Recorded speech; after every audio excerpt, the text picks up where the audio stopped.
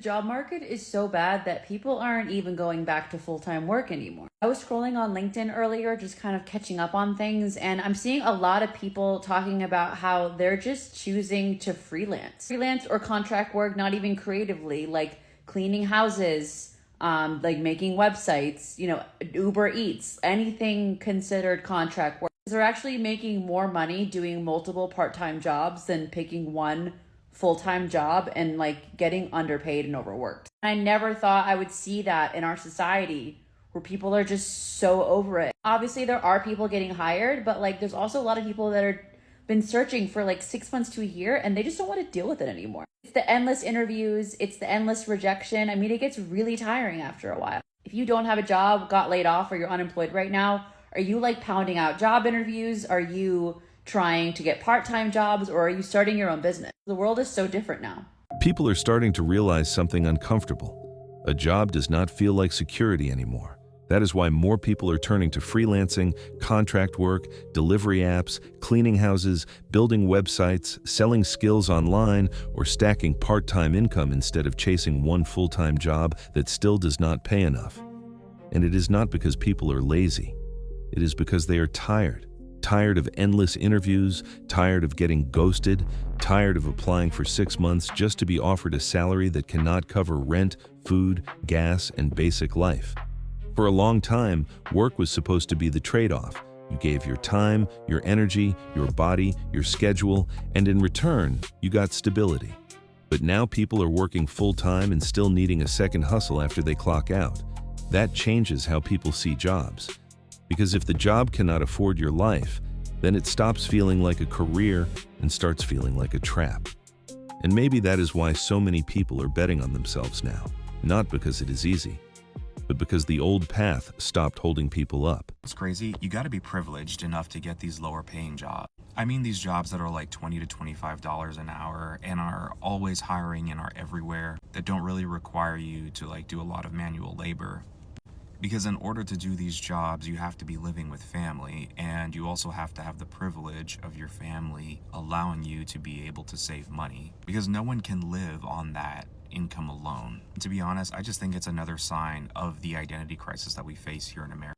We have this sense of being individual, and so there's just this clash between our individualistic identity and the real economic conditions, and I think it's the cause of a lot of the nihilism that we see among people my age and younger. Well, if you want to afford food and rent, you should have gotten a better job. No! I hate this argument so much for the same reason I hate a lot of conservative politics. It is all focused on the individual. Just go get a better job is not erasing the need of the jobs we are doing. As long as you can go make more money, fuck the people still working the lower paying jobs. And maybe you do. Maybe you go get a tech degree and you bring home bank. Awesome. Power to ya. Doesn't mean the lower paying job you worked before goes away. Someone else has to do that job. We need teachers and nurses. There is a demand for fast food. We literally saw this happen during COVID when everybody collectively was like, yeah, I'm gonna go look for a better job. Oh my god, nobody wants to work anymore. Why is Taco Bell closed at 8 p.m.? Why are the grocery checkout lines so long? Ah! All we're even asking for is that basic entry-level jobs cover the basics. Rent and food and transportation, the bare minimum necessities. I know, I was spoiled and entitled for us to actually want to survive while we work for a living. It's at the point where even skilled jobs that require college degrees aren't cutting it anymore. Most millennials have college degrees. We're not working for minimum wage. Yet we're still struggling to get by. Why? Because this punch down mentality of just get a better fucking job is so prolific. The reality is all of us collectively should be making more. But that's only gonna happen when we start punching up instead of blaming the people that have less. Stay angry. In the United States of America,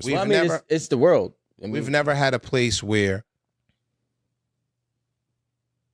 jobs were an afterthought for success. They were in correlation. Now, people don't have to work and you can still make money. The little kids today, they don't want to work. Wild. My nigga, they looking at Casanat like he Michael Jordan. You know what I'm saying? They looking at, bro, so now work is not attributed to success no more. Work is not, fam, they got corporate big ass buildings that are vacant. Vacant. But also the workforce is not needed for a company to produce results. But also the workforce is not also giving a lot of people stability in living. So now if I have to work 2 jobs, even if I go and I get this job, I still have to figure out what I'm going to do after I clock out, because it's not going to be enough. Which counteracts your point. This is the first time we've seen that. Well, I mean, like, they'd rather bet on themselves. I'm not saying it's the first time we've seen that. Yeah. That's a new thing in today's society, Rico age, right? If you're a fireman, if you're a police officer, if you're a principal, if you're a guidance counselor, those are bum jobs today. That's wild. It sounds crazy when you say it. You only make 150. Get your 75. bum ass out of here. You make 90 grand. Get your bum ass out of here. These are jobs that held society up since society's been around. You're a principal. How much they make? 150? 130? You still struggle. Get your bum ass out of here. You understand what I'm saying? Think of like firemen, police officer. Y'all got hella fires out here. Bro, these are not quality jobs. These are careers. They're not quality careers no more based on the financial requirements being set forth by society. Everything is so expensive right now, and we just don't talk about this stuff enough. You know, people are working 9-to-5 jobs, 6-7 days a week, 10, 12 hours a day, and they still struggling, still broke, can't pay rent, can't take the kids anywhere, and they just can't seem to get ahead because jobs are not paying enough money. And guys, I want you to understand, I dealt with this, guys, for over 14 years at a job, and then I got fired. But the best thing happened to me is when I came online, I learned how to make money from my phone following a program that I found 2 years ago. And now, thanks to this, it's Monday. The skills that I've learned generate me a full-time income, guys. And I'm able to work 2 to 3 hours a day from my phone anywhere there's social media.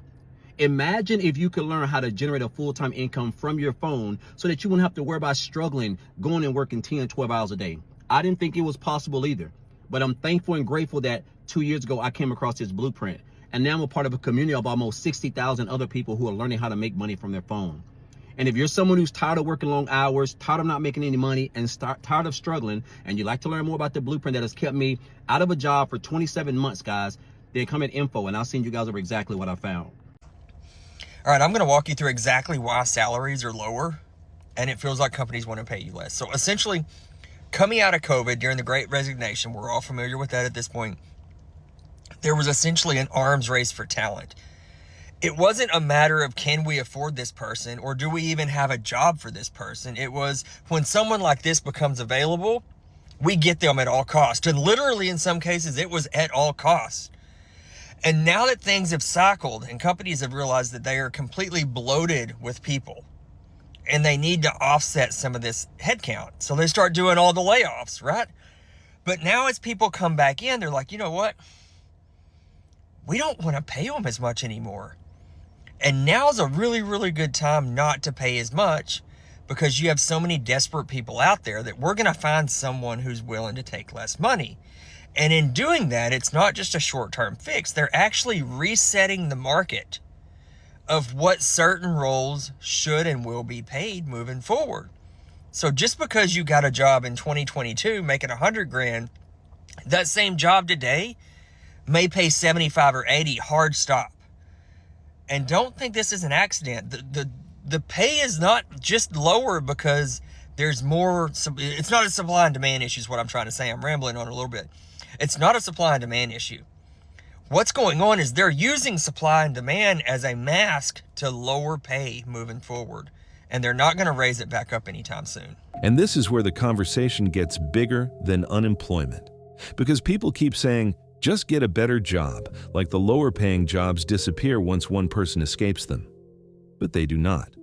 Someone still has to teach, someone still has to cook, someone still has to stock shelves, drive buses, clean buildings, answer phones, care for patients, and keep society moving.